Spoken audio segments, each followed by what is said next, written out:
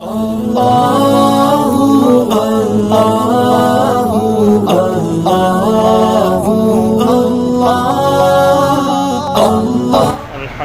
لله رب العالمين والصلاة والسلام على سيد الأولين والآخرين وعلى آله وأصحابه أجمعين. أما بعد فأعوذ بالله من الشيطان الرجيم. بسم الله الرحمن الرحيم. إن الله وملائكته يصلون على النبي يا أيها الذين آمنوا صلوا عليه وسلموا تسليما. السلام علیکم ورحمۃ اللہ وبرکاتہ. تمام خواتین بچیاں جو بھی موجود ہیں درود شریف پڑھ لیں. اللہم صلی علی سیدنا محمد وعلی آل سیدنا محمد وبارک وسلم علیہ. آج آپ کے سامنے بیان کرنے کا موقع مل رہا ہے. یہ ساری کاوش اور محنت ہمارے بھائی مولانا سمیع العزیز صاحب کی ہے. ان کے ساتھ 2014 سے تعلق بنا. یہ ہمارے ساتھ حج کے سفر میں ساتھ تھے اور وہاں سے ہم نے یہ سلسلہ قرآن مجید کے ترجمے کا شروع کیا. جس طرح یہ بتا رہے تھے وہاں مکہ اور مدینہ کی برکات تھیں کہ یہ سلسلہ آج یہاں تک پہنچا اور ان کی محنتوں کو اللہ تعالیٰ قبول فرمائے. آپ خوش قسمت ہیں کہ آپ کو اس طرح کا دوستانہ معلم ملا ہے جو آپ کو چیزیں بڑی تفصیل کے ساتھ پیار اور محبت کے ساتھ سمجھا رہے ہیں. اللہ تعالیٰ ان کی عمر میں ان کے کام میں برکتیں عطا فرمائے اور ہر قسم کے شر سے محفوظ رکھے. آج کے دور میں اس پرفتن دور میں ایک مسلمان کو کس طرح اپنی زندگی اپنی شخصیت بسر کرنی چاہیے اور اس شخصیت کو اللہ تعالیٰ کے رنگ میں کس طرح ڈھالنا چاہیے، اس کا کیا طریقہ کار ہونا چاہیے، اس کا طریقہ کار قرآن مجید میں اللہ تعالیٰ نے فرما دیا. نبی کریم صلی اللہ علیہ وآلہ وسلم کے آمد کے 4 اہم مقاصد، 4 اہم نقطے اللہ تعالیٰ نے جو بیان فرمائے ہیں. آج کا مسلمان ان 4 اہم نقطوں کو، ان 4 اہم کاموں کو اپنا لے، اس کی شخصیت اللہ کے رنگ میں ڈھل جائے گی. سورۃ بقرہ میں آیت نمبر 129 میں اللہ تعالیٰ فرما رہے ہیں ربنا وابعث فیہم رسولا منہم یتلو علیہم آیاتک ویعلمہ الکتاب والحکمت ویزکیہم انک انت العزیز الحکیم. اے پروردگار ان لوگوں میں انہی میں سے ایک پیغمبر مبعوث کریں جو ان کو آپ کی آیت پڑھ پڑھ کر سنایا کریں اور کتاب اور دانائی سکھایا کریں اور ان کے دلوں کو پاک صاف کیا کریں. بے شک تو غالب ہے اور صاحب حکمت ہے. یہ 4 اہم کام ہیں جو نبی کریم صلی اللہ علیہ وآلہ وسلم کے بھی ذمہ لگے اور تمام انبیاء کا مقصد بھی یہی 4 کام تھے. پہلا کام قرآن مجید کی تلاوت. اس کے الفاظ کی تلاوت عبادت ہے، فرض ہے. اس کا تلفظ درست کر کے صحیح پڑھنا عبادت ہے. کسی مدرس اور قاری صاحب سے اس کا تلفظ سیکھ کر پڑھیں گے وہ بھی عبادت ہے. اور نبی کریم صلی اللہ علیہ وسلم نے اس انداز سے یہ تلاوت فرمائی کہ پورا عرب دائرہ اسلام میں داخل ہو گیا۔ اس وقت بڑے بڑے شاعر شاعری بند کر دی، لوگ کہتے تھے آپ نے شاعری کیوں بند کر دی؟ وہ شاعر کہتا تھا کہ قرآن کے بعد کسی شاعری کی ضرورت نہیں، اس لیے اس قرآن مجید کی تلاوت بھی فرض ہے اور عبادت ہے، اور اس کو صحیح طریقے سے پڑھنا، کسی قاری صاحب کے پاس جا کے اس کا تلفظ درست کر کے پڑھنا، اس کا اور زیادہ اجر ہے۔ دوسرا کام قرآن مجید کو سیکھنا اور اس پہ غور و فکر کرنا، جو آپ لوگ یہ کام کر رہے ہیں کہ قرآن مجید کو سمجھ کے پڑھنا، اس کی تفسیر پڑھنا، کسی معلم کے پاس جانا، علماء کے پاس جانا، مدرسے میں داخلہ لینا، قرآن مجید نے کیا احکام نازل کیے ہیں، مسلمان کو اپنی زندگی کس طرح بسر کرنی ہے، کیا حلال ہے کیا حرام ہے، کس سے روکا ہے اور کیا کام کرنے والے ہیں۔ اگر ہم یہ قرآن کو سمجھ کے نہیں پڑھیں گے، ہم اپنی شخصیت کو اللہ کے مطابق نہیں ڈھال سکتے، اللہ کی مرضی کے مطابق نہیں کر سکتے۔ اللہ اور اس کا نبی ہم سے کیا چاہ رہے ہیں، وہ قرآن پہ غور و فکر اور سمجھنے سے ہوگا۔ لیکن آج کل ہماری بڑی کوتاہی ہے، ہم اس طرف بالکل توجہ نہیں دیتے، قرآن کو سمجھ کر پڑھنے کے متعلق ہماری کوئی فکر نہیں ہے، ہم دوسری ڈگریاں لے رہے ہیں، دوسرے کاموں میں توجہ ہے، اس کام کی طرف بالکل توجہ نہیں ہے۔ پھر تیسرا کام حکمت کیا ہے کہ نبی کریم صلی اللہ علیہ وسلم کی سیرت طیبہ، اس میں 3 چیزیں آ جاتی ہیں، آپ کی قول مبارک، آپ کا عمل مبارک، اور ایک چیز آپ کے سامنے ہوئی، آپ نے اس پہ خاموشی اختیار کی اور کچھ نہیں فرمایا، صحیح ہے یا غلط۔ اگر ہم ان 3 چیزوں کو چھوڑیں گے تو پھر ہم صحیح مسلمان نہیں بن سکتے۔ ہم نے رہنمائی لینی ہے ان 3 چیزوں سے، قرآن مجید کی تلاوت سے، قرآن مجید کی تعلیم حاصل کرنے سے، اور نبی کریم صلی اللہ علیہ وآلہ وسلم کی سنتوں پہ عمل کر کے، ان کی سیرت طیبہ کو دیکھ کے وہ ہمارے لیے نمونہ ہے۔ پھر چوتھا کام ہے تزکیہ، اپنے آپ کو صاف ستھرا کرنا، اپنے خیالات جو آپ کے دل و دماغ میں غلط خیالات ہیں، غلط رجحان ہیں، شیطانی وسوسے ہیں، شیطانی خیالات ہیں، اس کو دور کرنے کے لیے آپ کو صاف ستھرا ہونا پڑے گا۔ جس طرح آپ نے قرآن مجید کی تلاوت کرنے کے لیے، تلفظ ٹھیک کرنے کے لیے کسی قاری صاحب کے پاس جانا ہے، اور جس طرح قرآن کو سمجھنے کے لیے، اس پہ غور و فکر کرنے کے لیے کسی معلم اور مدرسے میں جانا ہے، اور اسی طرح یہ تصوف، یہ تزکیہ، یہ صاف ستھرا ہونا، اس کے لیے بھی کسی اللہ والے کے پاس جانا ضروری ہے۔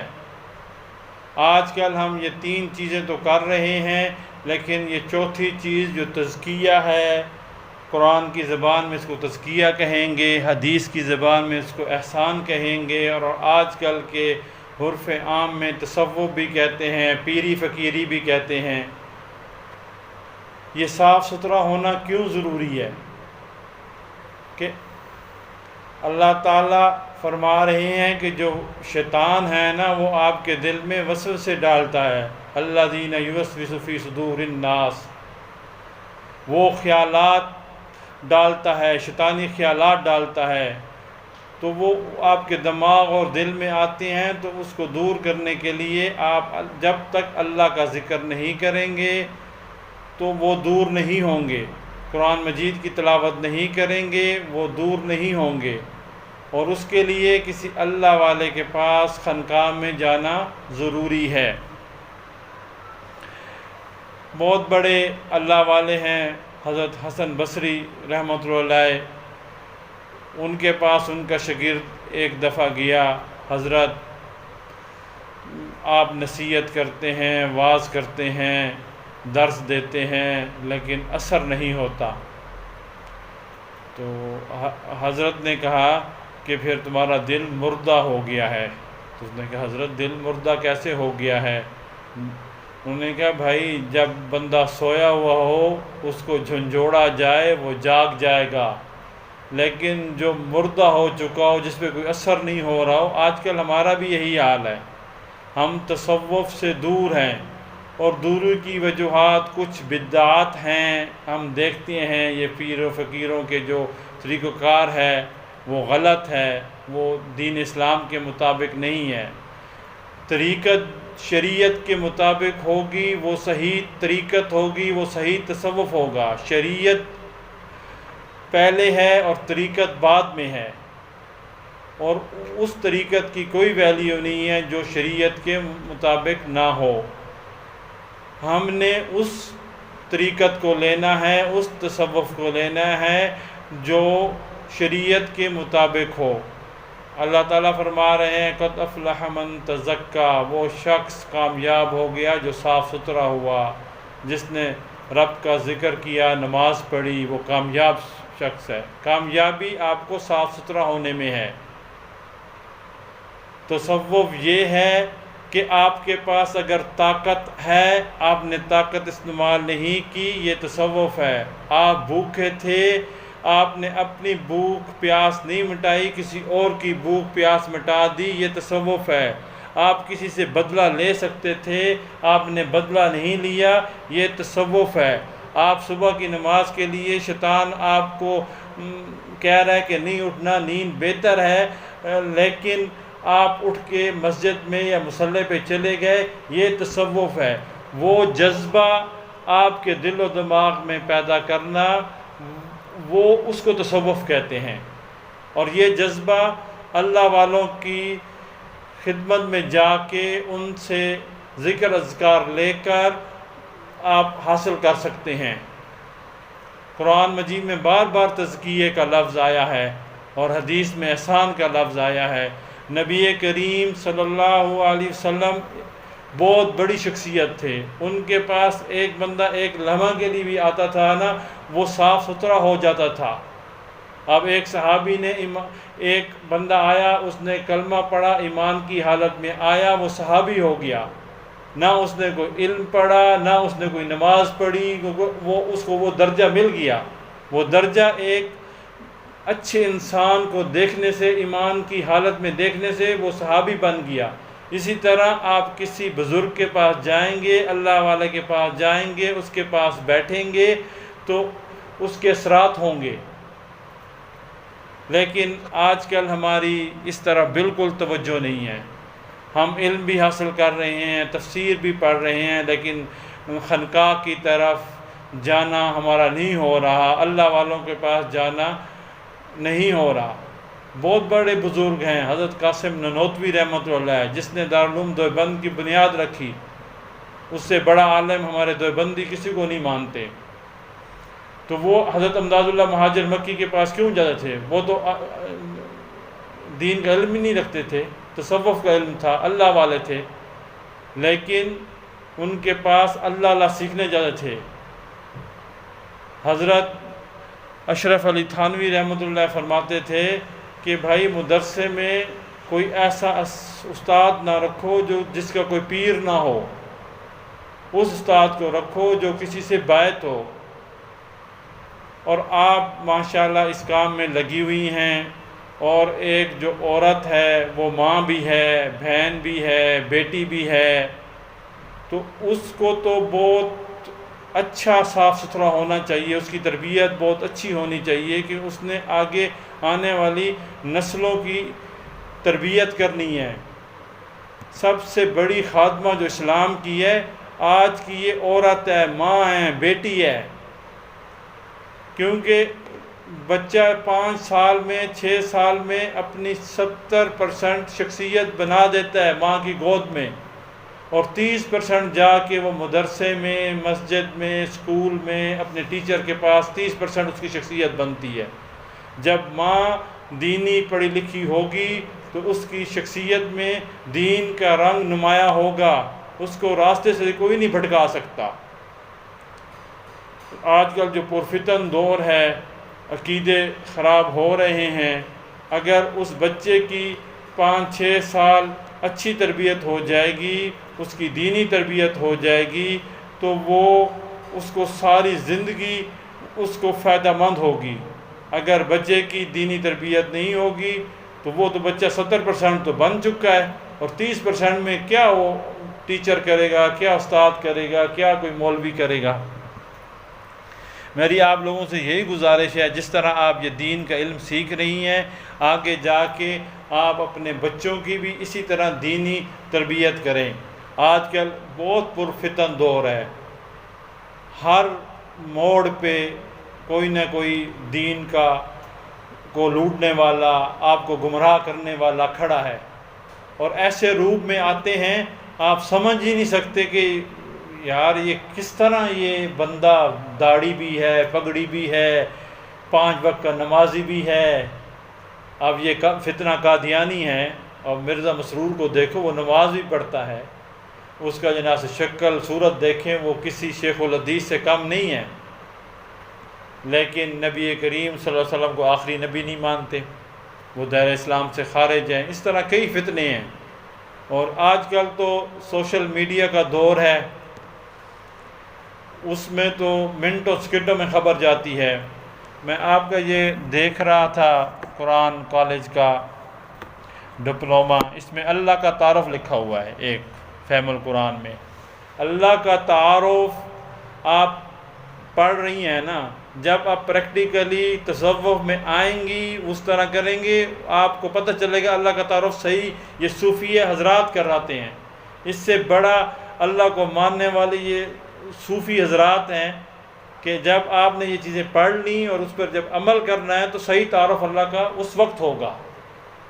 تو میری یہی گزارش ہے آپ تمام بہنوں سے کہ آپ اس طرف آئیں جہاں آپ کا دل مطمئن ہوتا ہے، اس اللہ والے کے ساتھ تعلق رکھیں، رابطہ رکھیں، وہ آپ کو جس طرح ذکر اذکار بتائے وہ ہے۔ ہم اللہ والوں کے پاس جاتے ہیں، جی اللہ دعا کریں ہمیں بیٹا مل جائے، ہمارا کاروبار بڑھ جائے۔ اللہ والوں کے پاس جانا ہے کہ جی میں اللہ کیسے کروں، میرے دل کی کیفیت کیسے بدلے، میرے جو اندر کا انسان ہے، جو باطن ہے، جو نفس ہے، وہ کس طرح ٹھیک ہوگا، یہ جو نفس ہمارا ہے یہ کس طرح ٹھیک ہوگا۔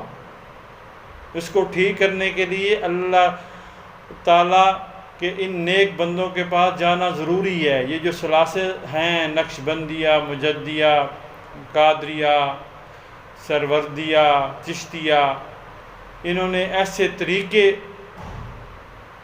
بتائے ہیں اللہ والوں نے، اس پہ عمل کر کے آپ کی باطنی کیفیات بدل جاتی ہیں، آپ کو ایسا اللہ کا تعارف ہوتا ہے جو آپ نے کتابوں میں صرف پڑھا تھا، وہ عملی آپ تعارف اللہ کا دیکھیں گی۔ پھر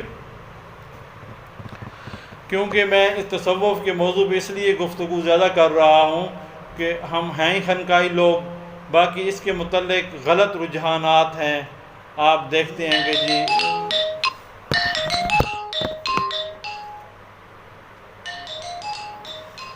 آپ دیکھتے ہیں کہ جو پیر فقیر اور درباروں پہ ہو رہا ہے، غلط ہو رہا ہے، بدعات ہو رہی ہیں، شرکی یا اعمال ہو رہے ہیں، انہوں نے تصوف کو خراب کر دیا ہے۔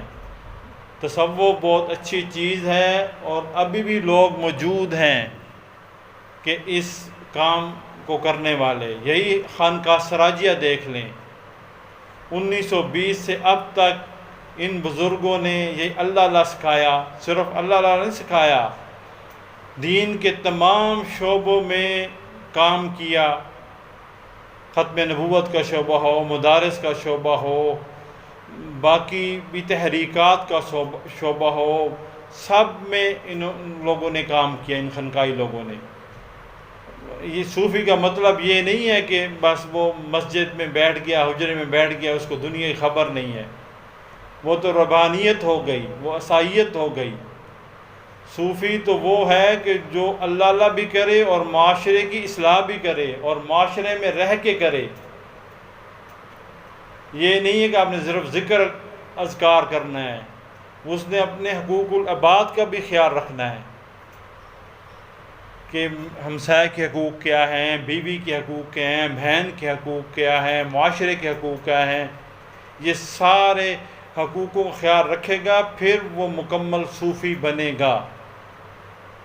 تو میری آپ لوگوں سے یہی گزارش ہے کہ آپ ماشاءاللہ یہ قرآن کی تفسیر پڑھ رہی ہیں اور ماشاءاللہ مولانا کا کام بہت اچھا ہے.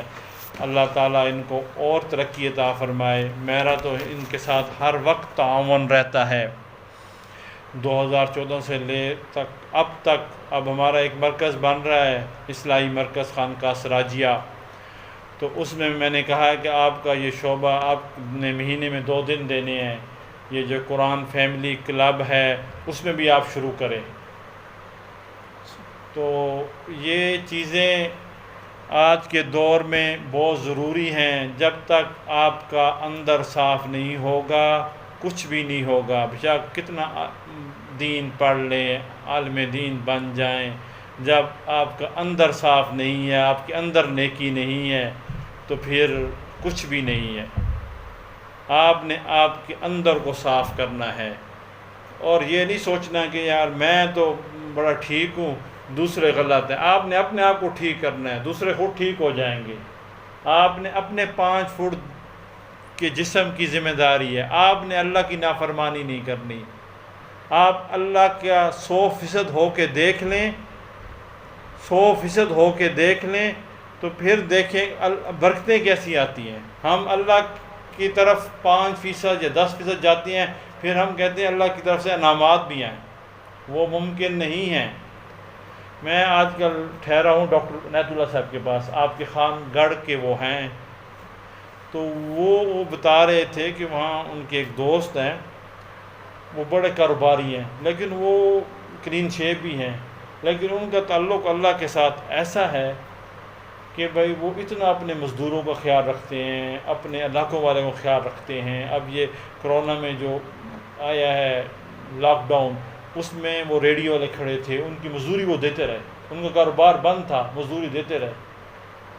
اچھا، وہ لوگ علاقے کی امانتیں ان کے پاس رکھاتے تھے. انہوں نے وہاں لاکر بنایا ہوا تھا، اس میں جو بھی سونا رکھوا رہا ہے، پیسے رکھوا رہا ہے، وہ رکھ رہے تھے. چوری ہو گئی، کروڑوں روپیہ تھا اس میں. اچھا، پریشان. 3 دن بعد لوگ آئے ان کے پاس. انہوں نے کہا جی مجھے نہیں پتا آپ کی پوٹلیوں میں کیا تھا، لیکن آپ مجھے لکھتے دے دیں کیا تھا، میں آپ کو دے دوں گا، میں آپ سے نہیں پوچھوں گا. اس نے کہا آپ نے، اور شریعت میں اگر ایک بندہ امانت کی حفاظت کر رہا ہے اور چوری ہو جاتی ہے، ذمہ دار نہیں ہے وہ. اگر اس نے لاپرواہی کی ہے تو پھر تھی. انہوں نے تو باقاعدہ چوکیدار بھی رکھا ہوا تھا اور لاکر روم بھی بنایا ہوا تھا. اچھا، انہوں نے لوگوں کو کہا کہ جی آپ اپنی بتا دیں تفصیل، میں آپ کو اس مطابق رقم دیتا جاؤں گا. 3 دن گزرے، ان کے گھر میں وہی چوری واپس چور رکھ گئے، ہر چیز رکھ گئے. یہ تو ہمارے سامنے کا واقعہ، ان 20-25 دنوں کا واقعہ ہے. جب آپ کسی کی خدمت کرتے ہیں، کسی کی بھلائی کرتے ہیں، دین کا خیال رکھتے ہیں، پھر اللہ تعالیٰ وہ نہیں دیکھتا بھی اس کی داڑھی ہے یا نہیں ہے، یہ برقع کرتی ہے یا نہیں کرتی. اللہ کے ساتھ تعلق بنائیں، زہر کو نہ دیکھیں. زہر کا نہیں پتہ آج نجیب احمد پتہ نہیں کتنا گناہ گار ہوگا. لوگوں کے سامنے زہر تو بہت اچھا ہے، یہ تو اللہ کے سامنے پتہ چلے گا نا جا کے. ہم زہر پہ فتوے دینا شروع کر دیتے ہیں. میں ایک اور واقعہ آپ کے سامنے عرض کرتا ہوں. بہت بڑی خانقاہ ہے رائے پور خانقاہ، ان کے جانشین حضرت مولانا سعید رائے پوری رحمۃ اللہ علیہ، ان کے ساتھ علماء، ان کے کچھ اختلافی مسائل تھے تو علماء ان کے ساتھ اختلاف کرنے لگ گئے اور ان پہ انہوں نے فتوے لگا دیے کفر پہ. تو بابا جی رحمۃ اللہ کے پاس مولانا سعید صاحب آئے. انہوں نے کہا مولانا آپ کام کرتے جائیں، ان مولویوں کو چھوڑیں. تو اب ان کا انتقال ہوا ہے 10 سال پہلے جی. تو لاہور میں پچھلے دنوں 5-6 سال پہلے سیلاب آیا، بارشیں بہت ہوئیں، ان کی قبر نہ نیچے دب گئی، تو ان جناب صاحب قبر کو کھودا، بھئی اس کو ٹھیک کریں، اسی طرح ان کا کفن صحیح سلامت، ان کا جسم صحیح سلامت، کوئی کفن میلا نہیں ہوا، خوشبو آ رہی ہے، اور ہم ان پہ زہری فتوے لگا رہے تھے۔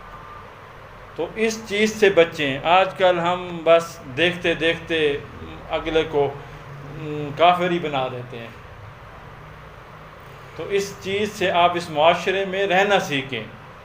ہمارے اکابر نے، ہمارے بڑوں نے کس طرح کام کیا ہے، نبی کریم صلی اللہ علیہ وسلم کی زندگی کو دیکھیں، صحابہ کی زندگی کو دیکھیں، انہوں نے تو کسی کے پر کفر کے فتوے نہیں لگائے، اس وقت تو کفار تھے بھی زیادہ۔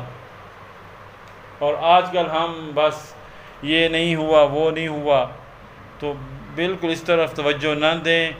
اور میں نے یہ جو ٹوٹی پھوٹی باتیں کہی ہیں، اللہ تعالی ہم سب کو اس پر عمل کرنے کی توفیق عطا فرمائے جی۔